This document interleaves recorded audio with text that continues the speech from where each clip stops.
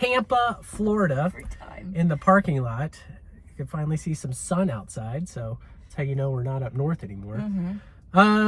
So this is actually our third day here, third chance at the casino. Day one, rough. We both took L's. Day two, got it pretty much all back, so that was good. So now we're trying to get back up into the black. Do you get back into the black? I don't know what that means. Or do you get back to the, I don't know, whatever The you do. positive number. Get back to the positive number. I think it's you back in the black. How are my teeth? All right, so yeah, we just filmed that at Tampa. And I think we were talking about, right after that, you asked me, hey, what are the odds of my flush hitting and stuff like that? Correct? Do you remember that? Yeah. So then it kind of sparked in my brain. You know what? We started this kind of poker thing. We went from like 2 + 2 = 4 to straight up to intuitive calculus with analyzing these hands. But I didn't think we had really the basis of knowledge to really talk about these hands. Because I think I remember in the last one you said, you know, hey, this is too above my level. You can say it like a smart person says it. So I thought for this one, we would kind of go back to the basics. You taught me everything on your level. On my, not on. I made the mistake. Yeah. You taught me the basics of poker, but then. But no foundation of poker. Well, yeah, I think I would they agree were, with yeah, you. so. I think 90% of players don't understand the math and equity and pot odds and stuff behind poker. So I thought we would go back and revisit that and talk it here. And I have some examples pulled up for you. People smarter than me, because I know you don't respond to when I tell you what's going on. So I have people smarter than me that tell you what's going on. I And listen to you, but you don't explain it to me like I'm 5. I don't explain it well. way too fast, and then I just dismiss it. I'm like, okay, I don't know what you're talking about right now. So we'll see how these people do it, and we'll see how the Sierra brain interprets what's going on, and then we'll talk it through. Girl math. That sound good? Okay. Here we go.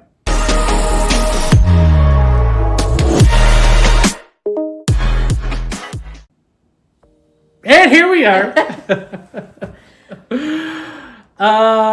Okay, so first we're going to talk about a thing called pot odds. I think we've loosely talked about it in the past. So if you could give, your headline speech of your current understanding of pot odds from the Sierra perspective. Oh my God, you're just I'm putting you on the spot here. I know. embarrassing me. I'm not embarrassing you. Internet. This is because your Okay. understanding of pot odds is the same as most poker players. So I want to make sure everybody understands the level of pot odds understanding that we're talking about. First act bets 25, and goes around the table to me, and I'm last to act or second to last to act.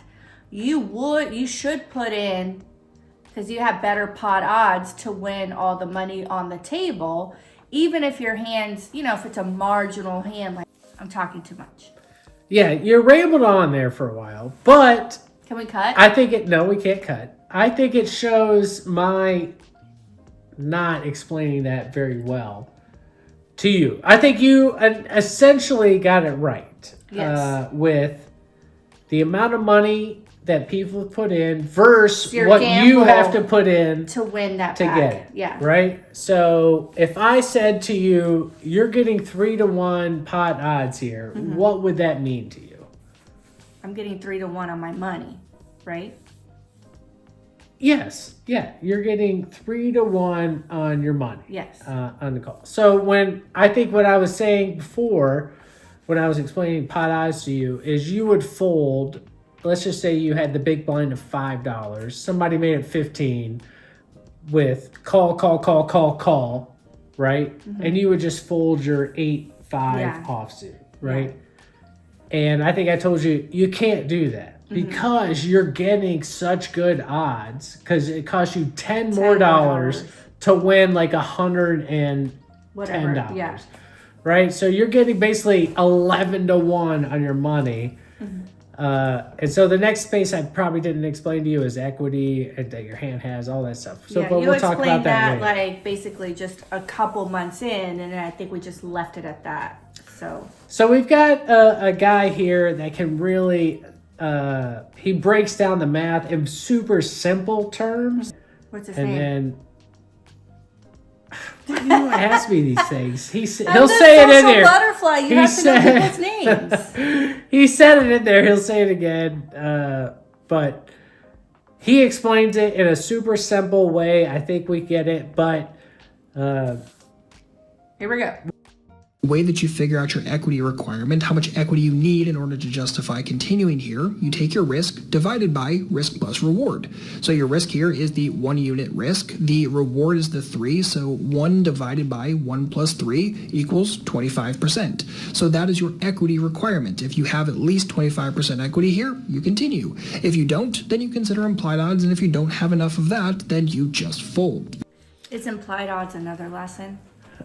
yeah, implied Okay. odds we'll talk later. Don't Okay. worry so much Don't about the get ahead. implied odds Okay. here yet. But did that make sense to you? Yes. I need you to be honest. Yes.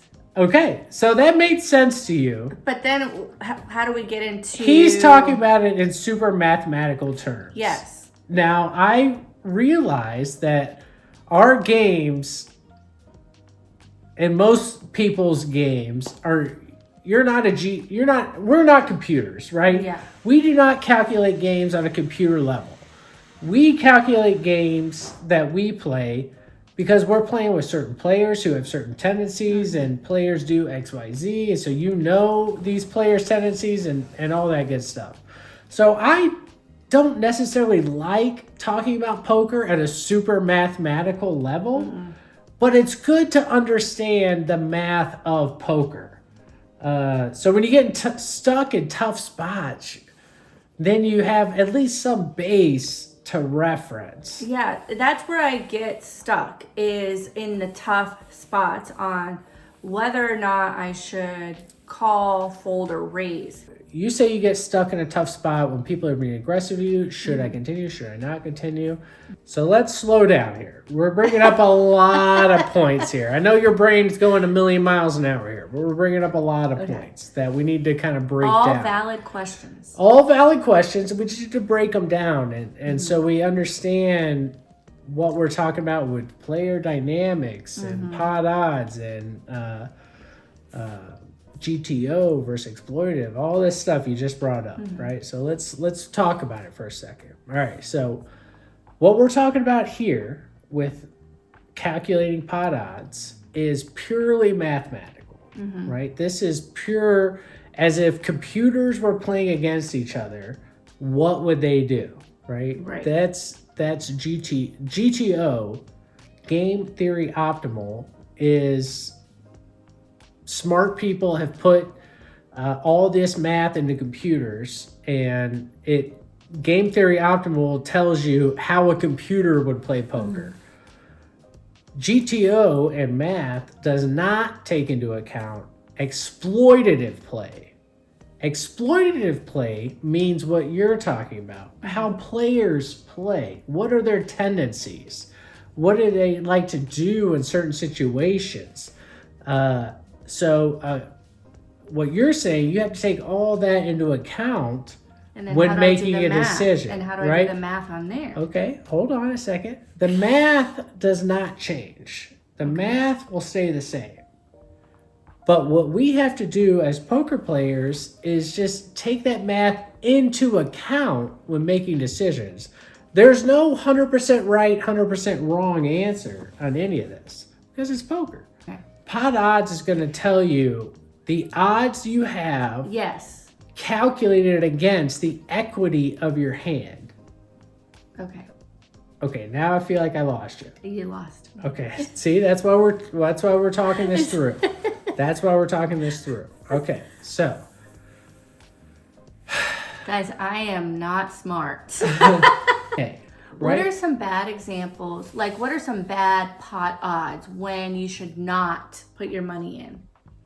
Give some examples great. on that. See, a great question. Okay, so let's say a great example of when you should not play because of pot odds. Mm-hmm. So let's say you have ace, king of hearts, right? Mm-hmm. The flop comes deuce, 9, 7 with 2 hearts, Okay. right? So the deuce and 9 are hearts, Mm-hmm. and the 7 of spades. Okay, Great hand. great hand. You've got 2 overs and a flush Mm-hmm. draw. Let's say pre-flop, you know, you raised $20, one person called, so the pot's $40. Does that make sense? Okay. So now when that flop comes, the guy you're playing against goes all in for $1,000. Okay. Okay. What do you think?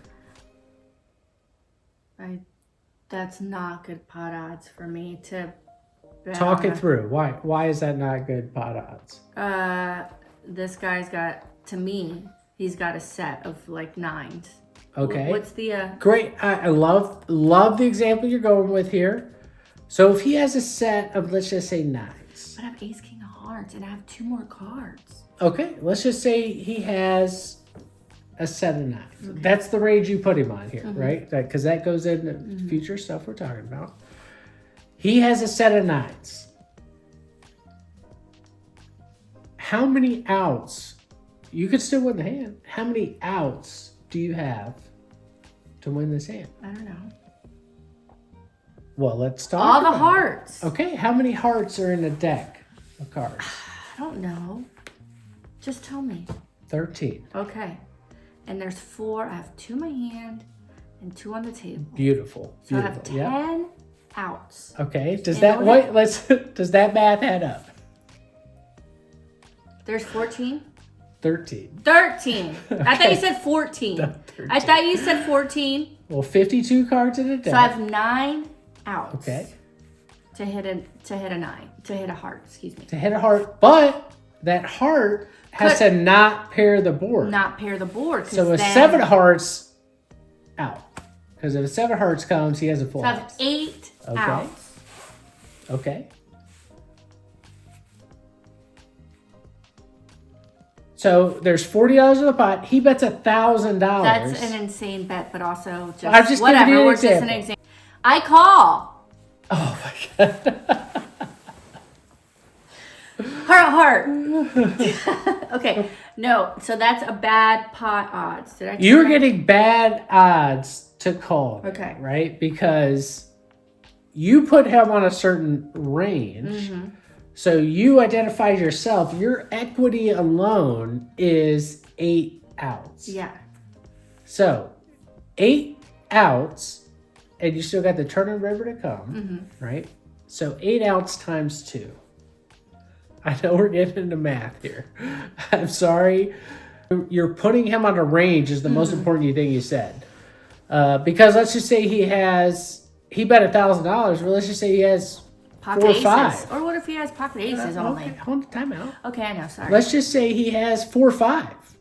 You're winning this hand at this point, right? Because deuce 9 7, he's got absolutely nothing. He could have 4 or 5 of hearts. He's on a flush draw too, and you've got him crushed, right? But that's not the range we're putting him on, because he bet $1,000 into $40 pot, right? So first step is you've identified his range. You said a set of 9s. Okay, he's got a set of 9s, meaning you've got 8 outs to hit a flush, right? So there we go. All right, so now we're doing some math. So 8 outs times the turn in the river, right? So let's just say 8 outs once. You've got 8 cards in the deck. You can hit once. What do you think that is? So let's just say you had to hit that heart on the turn. What are the odds of that? See, guys, this is when I blank out. Okay, 8 outs of a 52 card deck. I'm not thinking. We're over it. Okay. Okay. So 8 outs of a 52 card deck, that's a simple math problem. Okay. There's a 2.2% chance that any one card will come. So the way my brain processes it is, if there's 8 of them, 2.2 times 8, about an 18% chance that comes. Okay. 8 into 52 is 2.2%? No. Oh. Sorry. See, I'm messing this See, up explaining. you're I'm messing it up. it You gotta do it for dumb people because I think it's a great chance. Okay. So let's just say I had a 52 card deck, right? I just opened it, shuffled it. Great. Yeah. So you said, hey, Jay, pick the ace of spades out of this deck. Okay, now I get it. Okay. There is a 2.2% chance Okay. I flip over the ace That of makes spades. sense. Not All right. 8 cards in the 52. But now, that means there's also a 2.2% chance I hit the 3 of hearts, I hit the 4 of hearts, I hit the 5 of hearts, I hit the 6 of hearts, in the hand we've Oh, been so 2 talking times 8, about. 16. There we go. All See, right. He didn't explain that correctly. Please make a comment on his explanation. Thank you. So that means if there's a 2.2% chance that any one card comes in the deck, and you've identified 8 outs, that means there's a 2.2 chance that any one of those 8 outs come, right? So multiply that 2 by your, Okay, I got it. Okay. I got it. We got it. I got it. right? So now it means a 16, 17-ish% chance that you hit your heart on the Okay. turn. Okay. But we've got the turn and the river. So you double that. Double it. So let's just say we've got a 32 to 34% chance Okay, so then that's when you're like of okay. winning the hand. Okay. Okay, now we're getting somewhere. All right. Now let's think 45 back. minutes. It took. I'll edit. We'll edit. Now let's think back to the $40 pot, and he bet $1,000. Okay. So if I have a 30% chance of hitting it, it's low. That's a low. Low percent chance, and you're going to have to risk $1,000 to win his $1,000 plus the $40 in the pot. Terrible decision. Terrible decision. But I would be mad if the heart came. So apparently we're going to do a part 2 because this is important stuff that I think we need to understand. Yeah, it is super important. So we'll do a part 2, and because I've got way more video here to show. We made it through the first 30 seconds of video here. We have a 45-minute video But- probably. We'll do part 2 here, which will be good. Because this is important conversation we'd have before we do that high-end analysis of hands and stuff like that between these smart poker players. So Lady will help us. You'll help us on a part 2 along with my facial features that Sierra hates. We will continue to work on that. So Thanks, guys.